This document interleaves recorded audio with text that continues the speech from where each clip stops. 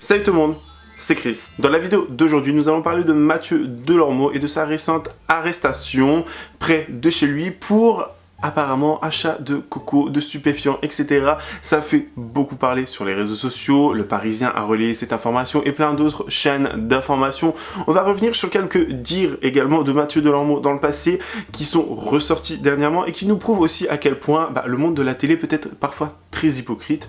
Donc écoutez, si vous êtes intéressé, continuez à regarder. Mais avant de commencer la vidéo, n'hésitez pas à vous abonner et activer la cloche de notification pour être toujours au rendez-vous. Ici on parle de tout, actualité, people, story time, polémique, scandale, on parle vraiment de tout. Et si vous voulez davantage soutenir la chaîne, faire un don sur la page Tipeee qui se trouve en barre d'infos. Merci beaucoup. Bon, on va déjà rapidement revenir sur les faits. Ce lundi 1er juillet 2024, on a Mathieu Delormeau, cet ancien chroniqueur TPMP et d'autres émissions, ce quinquagénaire qui s'est fait prendre la main dans le sac en pleine transaction d'achat de farine, de petites, de stup, si vous voulez, de coco, enfin, appelez ça comme vous voulez. Il s'est fait prendre la main dans le sac vers chez lui, donc à Saint-Germain-des-Prés, dans le 6e arrondissement de Paris, où il a été ensuite amené à la 3e DPJ pour qu'il soit écouté tout l'après-midi et qu'on recueille en quelque sorte son témoignage. Alors bien évidemment, il va être entendu par les forces de l'ordre, il va être placé en détention provisoire le temps de... Il va être relâché très rapidement, bien évidemment, mais on va avoir le temps d'aller faire une perquisition chez lui. Donc les forces de l'ordre vont se rendre à son domicile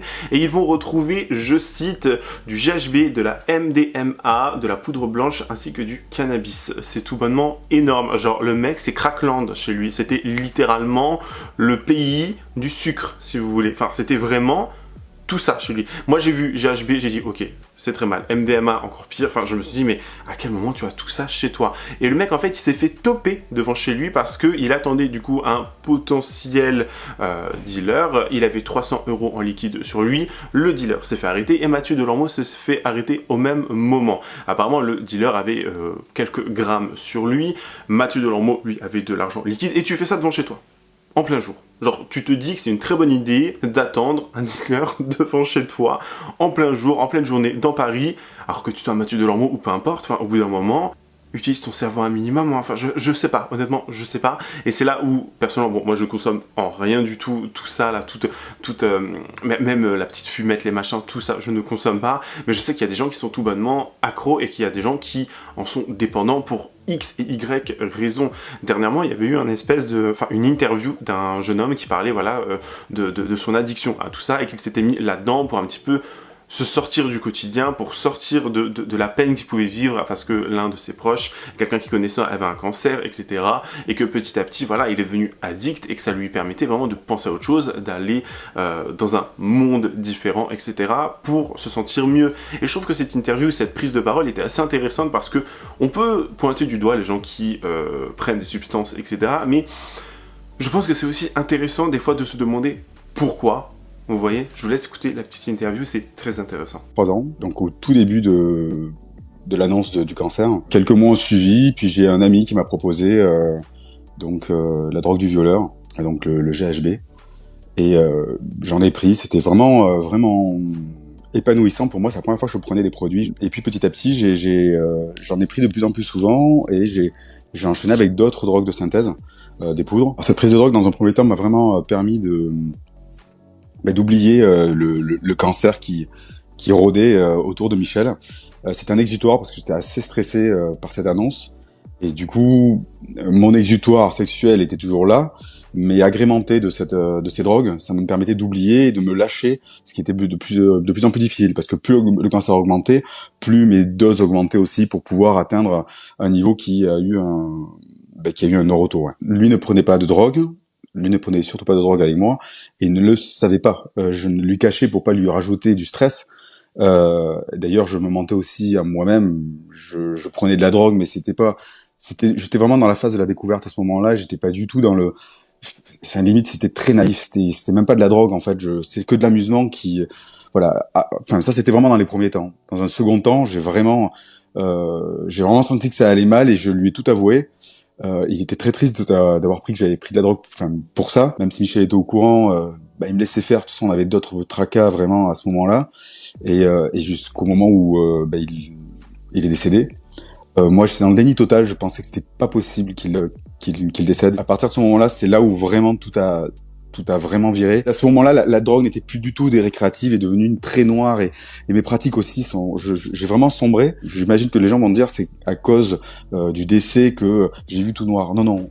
Avec la drogue, on a ces phases noires parce que j'ai d'autres amis qui ont suivi là-dedans. Et en plus, donc après chaque montée de drogue, on a la descente qui est difficile. Alors on a le compte de Zoé Sagan, j'en ai déjà parlé dans le passé de ce compte Twitter, qui nous a partagé un screenshot d'une conversation, il me semble que c'est sur Instagram, et en fait cette personne dit à Zoé Sagan: je connais le dealer de Delormeau, il m'a dit que Thieu est addict de chez Addict aux drogues de synthèse afin de partouzer des jours durant, même pratique que Freaky Palmade en somme.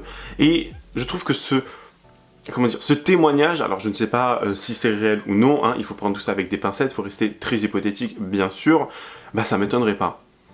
Surtout que quand tu connais les personnages, hein, quand tu vas à Palmade, etc., ça m'étonnerait pas qu'ils prennent tout ça vraiment pour avoir des relations intimes, durantes, extrêmement longues, etc. Et c'est très réputé. Et je vous jure, il y a des noms un jour qui vont sortir, des noms qui sont au courant, hein, dans la communauté gay, dans le Marais, etc. Tout le monde est au courant. Et encore une fois, même moi, je vais que très rarement dans le Marais, voire genre presque, allez, 10 fois dans l'année, grand max. Et je vous jure qu'il y a des gens qui sont extrêmement connus, des gens, hein, des gens qui ont une notoriété de dingue, qui eux-mêmes sont connus, et qui, littéralement, font ce genre de choses, qui font des partouzes, mais alors qu'ils se disent hétéros aussi, ça c'est peut-être important de le rappeler. Mais du coup, j'ai envie de dire, je crois presque ce message. Personnellement, je le crois. Après, est-ce que c'est vrai ? Je n'en sais rien, c'est plus à la justice ça d'en débattre et de faire leur petite enquête, on est bien d'accord. Il y a un passage de l'émission TPMP, enfin plusieurs passages qui sont très souvent revenus sur Twitter et sur d'autres plateformes où on voit Mathieu Delormeau s'insurger du fait qu'on dise que certains chroniqueurs et certaines personnes prennent des substances, etc. Il est là en mode moi je connais personne dans la télé qui en prend, moi j'en prends pas, je fais pas ça, je fais pas ci. En fait le mec il était presque à blâmer tout le monde, le mec était presque à pointer du doigt et dire, pas incriminer mais vraiment à dire non moi je fais pas ça, arrêtez de m'accuser à tort et à travers je sais pas quoi. Et vraiment le mec, les gens se sont dit mais il se prend pour qui vraiment, parce que on voyait le mec, il était à fond dans le truc, genre vraiment, non, je connais personne, machin. Il vivait sa vie, c'était la commedia dell'arte, si vous voulez. Hein. Je vous laisse regarder les quelques passages qui sont assez intéressants, selon moi. Mais arrêtez de dire que vous n'avez jamais vu personne prendre de la drogue dans ce milieu-là. Mais tu veux que je te mente et que je te dise non, mais le pas Kelly, mais là, il y a pas. Je peux pas croire que personne autour de la table ne connaisse pas quelqu'un dans le milieu. Non, tu peux entendre des choses, mais on sort pas avec. On n'a pas ce lifestyle dont tu parles. Ah non, pas vous. Moi, je connais aucun animateur avec ton ça. Par exemple, qu'il aurait fallu dénoncer ou... Et pour petit rappel, Mathieu Delormeau, ça fait un petit moment qu'il a quitté TPMP. Beaucoup de gens étaient contents parce qu'ils n'en pouvaient plus. Je vous rappelle que Mathieu Delormeau a dit que Bilal Hassani ne représentait en rien la communauté gay parce que trop extravagant, trop efféminé, trop ci, trop ça.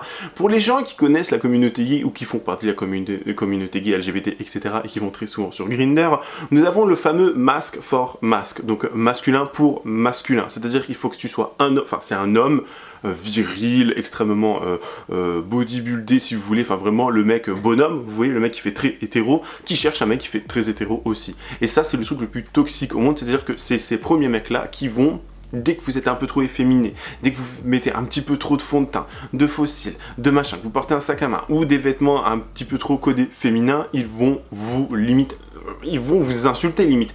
Et les gens comme Mathieu Delormeau font littéralement partie de cette case-là pour moi. Le mec, alors bon, le mec on peut pas appeler ce qui est de plus masculin au monde. On voit que c'est un petit peu le gigolo des plages, moi j'appelle ça comme ça. Mais ce mec-là, c'est vraiment, il a des casseroles depuis longtemps. Il a pas arrêté de critiquer Bilal Hassani pour ses différences, notamment du fait qu'il soit très efféminé, qu'il mette des perruques, etc.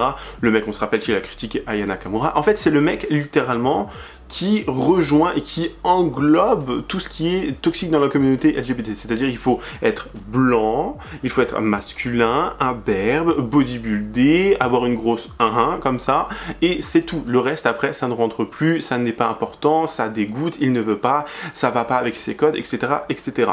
Pour ceux qui sont de la communauté LGBT, vous comprenez un peu mieux, je suppose, mais c'est vraiment un mec, pour moi, toxique. Et il était là en mode dans une interview, je me rappelle, il était en train de dire mais moi, vous savez, ça me fait de la peine et ça me touche que les gens, je leur manque et tout. Tu ne manques à personne. Je tiens à te le dire, tu ne manques à personne.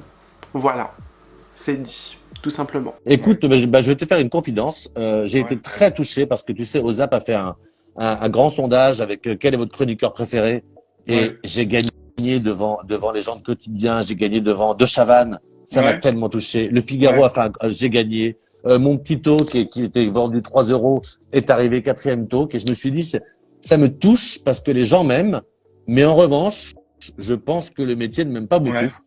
Et je crois que les gens m'aiment, mais je fais partie de je sais pas, comme Galabru à l'époque, quoi. Mais je crois qu'en revanche, les chaînes de télé ne m'aiment pas beaucoup. Donc, je sais pas où me reverra, mais je ne peux pas dire que je sois très sollicité. Et je t'avoue que ça me fait de la peine, mais j'ai fait quelques entretiens d'embauche. Et tu sais, les gens te disent souvent plein de compliments. Hein. Oh, t'es intelligent, t'as le charisme, t'as le sens de la formule, ta. Bah, je commence. Ouais, mais non, en fait, t'es un peu un risque pour nous, t'es clivant. Voilà, c'est un peu. Je pense que homosexuel et un peu clivant, bah, c'est pas le plus facile de faire de la télévision. Et je suis sûr que tu vas revenir, Mathieu. À la télé ou ailleurs hein. Ah, ou ailleurs, mais je suis sûr que tu vas revenir. T'es trop talentueux. Non, parce que je vous rappelle que Mathieu Delormeau avait dit dans TPMP qu'il était content de montrer des films érotiques à son neveu de 7 ans. À quel moment dans ton cerveau tu te dis que c'est une bonne chose? À quel moment tu te dis oh oui, c'est un petit peu de la SVT en avance, c'est un petit peu de la science, de la vie et de la nature, un petit peu en avance, vous voyez, c'est vraiment genre... Le mec il s'est pris pour je sais pas trop qui, il était là en train de nous parler, et genre vraiment sans aucune gêne, et j'ai trouvé ça tellement abject, mais vraiment abject. Genre tu es là, tu dis ouvertement que tu montres ce genre d'image à un gamin de 7 ans qui est ton neveu, et en plus de ça t'en fais la promotion sur les plateaux télé. C'est très grave. Peut-être qu'il avait pris un petit peu de, vous voyez, en même temps, peut-être qu'il était plus forcément lui-même, peut-être qu'il était dans le monde du sucre, vous voyez, je ne sais pas trop. Le choc des images, je l'avais passé. Bah non, mais pour très honnête, j'avais mis sur un lien, mais j'avais vérifié quand même, un lien érotico un peu porno. Non mais c'est quoi? Vous avez été sur le site? Attends, vous avez été sur le site de Valérie Mélanie? C'est son blog. C'est moche. Non, et donc vous avez fait quoi? Film érotique, j'avais choisi. Ah oui. Donc il n'y avait pas l'acte en lui-même, mais c'était un film érotique, donc il avait compris déjà voilà comment ça se passait. Voilà, toi, il avait quel âge? 7 ans. Un homosexuel, c'est pas quelqu'un qui a une perruque, des fossiles et qui met une robe. Passez-moi la photo, il met une robe. C'est peut-être aussi ça.